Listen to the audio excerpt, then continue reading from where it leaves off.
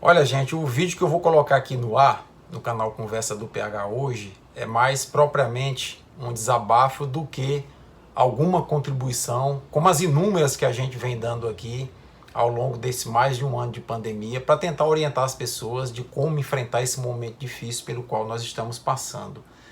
Eu venho sendo alvo de algumas críticas. A gente sabe que, inclusive, são alguns robôs programados quando a gente critica o governo, mas alguns são pessoas desinformadas mesmo, né?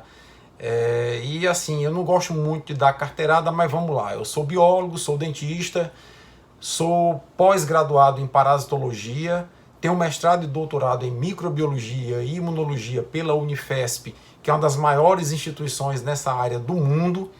Sou membro da Sociedade Brasileira de Parasitologia e membro da Sociedade Europeia de Doenças Infecciosas. Ou seja, eu entendo um pouquinho do assunto no qual eu estou falando. Obviamente que, como na ciência, existem posições que podem ser antagônicas, né? E por vezes a gente está defendendo uma posição que um outro colega cientista defende exatamente o contrário, e isso é muito natural na ciência. Mas ontem, quando eu tive acesso a um vídeo de uma entrevista do senador Randolfo Rodrigues, que é o vice-presidente da CPI da Covid, senador Randolfo Rodrigues, dizendo que a CPI tem elementos que demonstram que houve lobby em favor da hidroxicloroquina e que algumas pessoas no Brasil ganharam muita, mas muita grana com essa apologia à hidroxicloroquina, deixando de lado a ciência, negando a importância da vacina e colocando o planejamento da aquisição de vacina e distribuição de vacina no Brasil em segundo plano. O gabinete paralelo atuava da seguinte forma: esquemas, eu falei esquemas, não foi? Bote aspas, feche aspas em esquemas, é esquema mesmo. Esquemas para aquisição. Esse negócio que a hidroxicloroquina era isso, era aquilo, negativo. Era dinheiro. Era dinheiro. Não fui claro, vou ser mais claro aqui. Corrupção. Passando a mão. Esquema. Já temos prova disso na CPI. O negócio da hidroxicloroquina não tem nada assim de devoção, de teoria médica, de alternativa, coisa nenhuma disso. Falta só nós sabermos os personagens que ganhavam. Então, como é que atuava o gabinete paralelo? Hidroxicloroquina para robustecer o traseiro de dinheiro e negativa para vacina.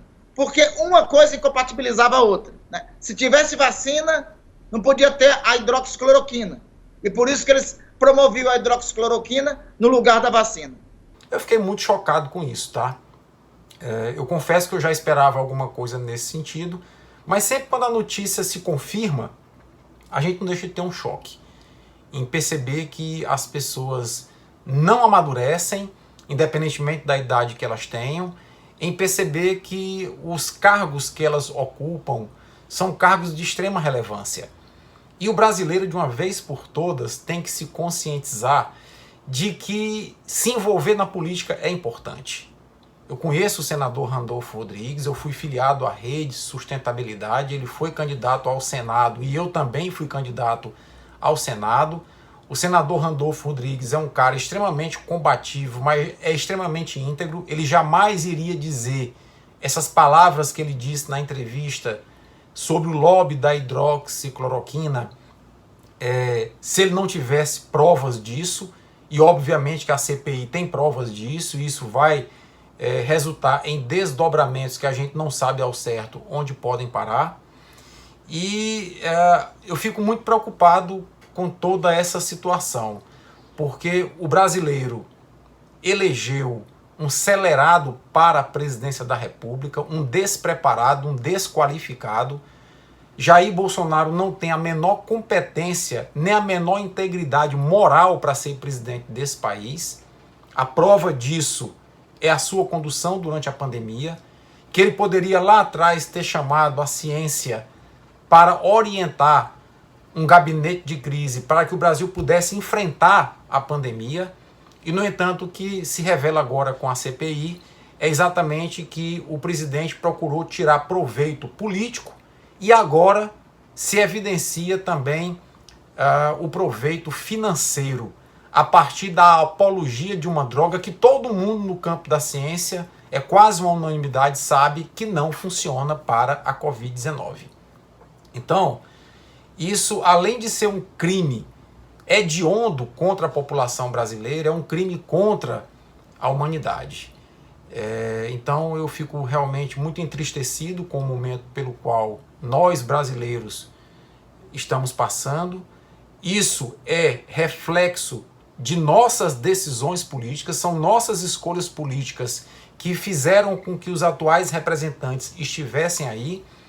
O Bolsonaro, ele desmoralizou as Forças Armadas, tem no seu regimento do Exército que militar da ativa não pode participar de atos políticos, o Pazuello participa, Bolsonaro tensiona com o comandante do Exército, e o comandante do Exército, com medo de ser desmoralizado, abranda e não dá nenhuma punição, abrindo um precedente gravíssimo nas Forças Armadas.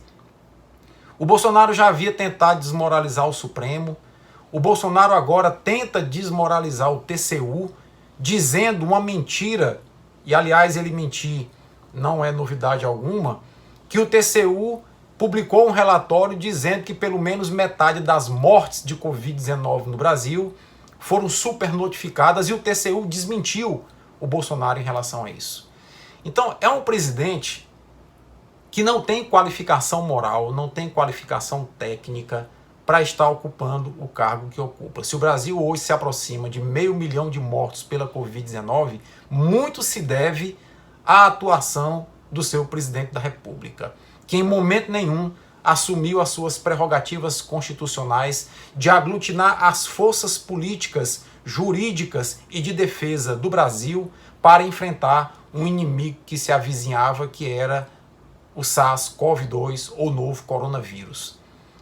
Muito ao contrário, negligenciou o quanto pôde e privilegiou o uso indiscriminado de uma droga para tirar proveito, ao que parece, a CPI vai investigar mais a fundo isso, para tirar proveito financeiro dessa história toda, sobre os escombros e os cadáveres de quase 500 mil de brasileiros.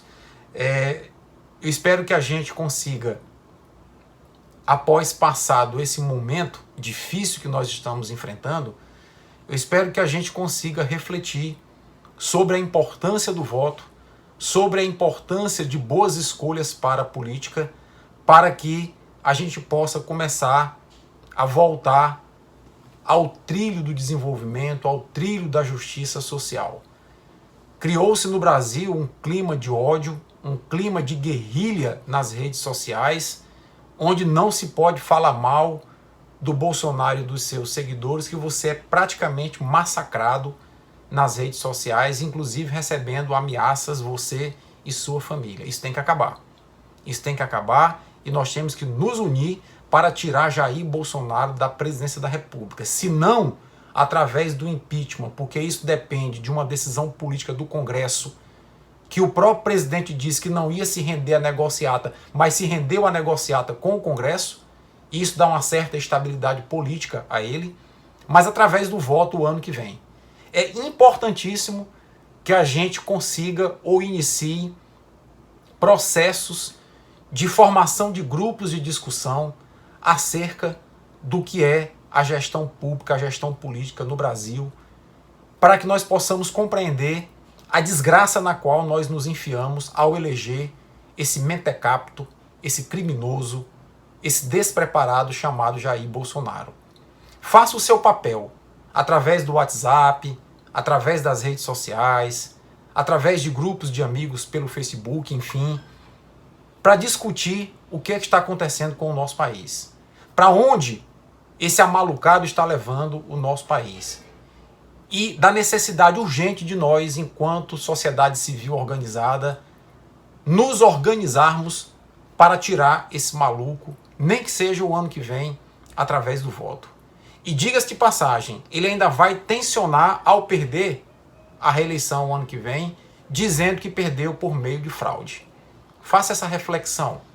Reflita e saia da bolha do bolsonarismo. Se você gostou desse vídeo, dá uma compartilhada, deixa teu comentário. Forte abraço e até a próxima. E desculpa aí o clima, mas eu estou realmente, de ontem para hoje, muito decepcionado com o nosso Brasil.